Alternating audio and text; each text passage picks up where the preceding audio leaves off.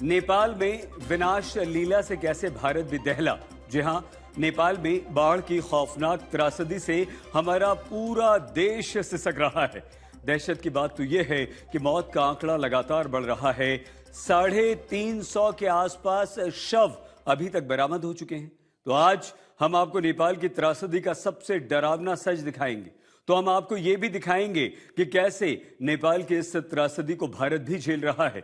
लेकिन पहले आपको दिखाते हैं कि कैसे नेपाल में एक और नई झील फटने को तैयार है और अगले 72 घंटे बेहद नाजुक बताए जा रहे हैं। नेपाल में एक नई बैरियर झील का निर्माण हुआ है जो कभी भी फट सकती है, और अगर ये झील फटती है तो नेपाल को फिर एक बार जल प्रलय का सामना करना पड़ सकता है।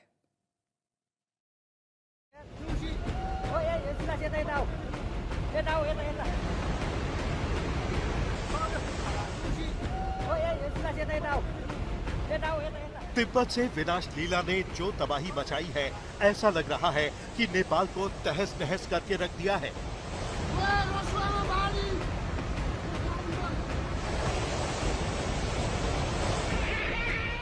लेकिन नेपाल पर अभी खतरा कम नहीं हुआ है। नेपाल में भोटेकोशी नदी में आई बाढ़ के बीच एक और बैरियर झील का निर्माण हुआ है। चीन ने चेतावनी दी है कि इस झील से पहले से ही पानी का ओवरफ्लो हो रहा है। ऐसे में आने वाले दिनों में इसमें और अधिक पानी आने पर ये टूट सकती है। चीन के जल संसाधन मंत्रालय ने गुरुवार सुबह तक झील में पानी की मात्रा लगभग 20 लाख घन मीटर होने का अनुमान लगाया है। ग्लोबल टाइम्स के अनुसार चाइना सेंट्रल टेलीविजन ने बताया कि अगले 3 दिनों में झील में 30 लाख घन मीटर पानी और आने की आशंका है, जिससे बांध टूटने का खतरा बढ़ जाएगा।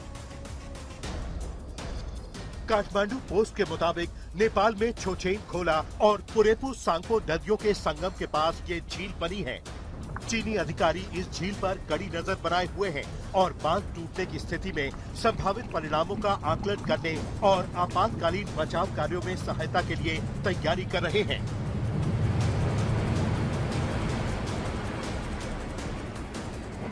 चोचेन और पुरुपे नदियां तिब्बत से निकलती हैं और नेपाल में प्रवेश करने से पहले आपस में मिल जाती हैं, जहां इसे भोटेकशी नदी के नाम से जाना जाता है। भोटेकोशी त्रिशूली नदी की प्रमुख ऊपरी सहायक नदी है।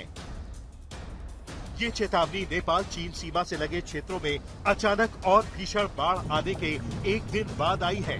इस विनाशकारी बाढ़ में सैकड़ों लोगों की मौत हो चुकी है। नेपाल में बड़े स्तर पर रेस्क्यू ऑपरेशन चल रहा है। ऐसे में नई झील के निर्माण ने नेपाल की टेंशन को और ज्यादा बढ़ा दिया है। इसके टूटने से अचानक पानी का तेज बहाव नीचे की ओर आ सकता है, जिससे नदी के किनारे बसे लोगों और बुनियादी ढांचों को गंभीर नुकसान पहुंच सकता है।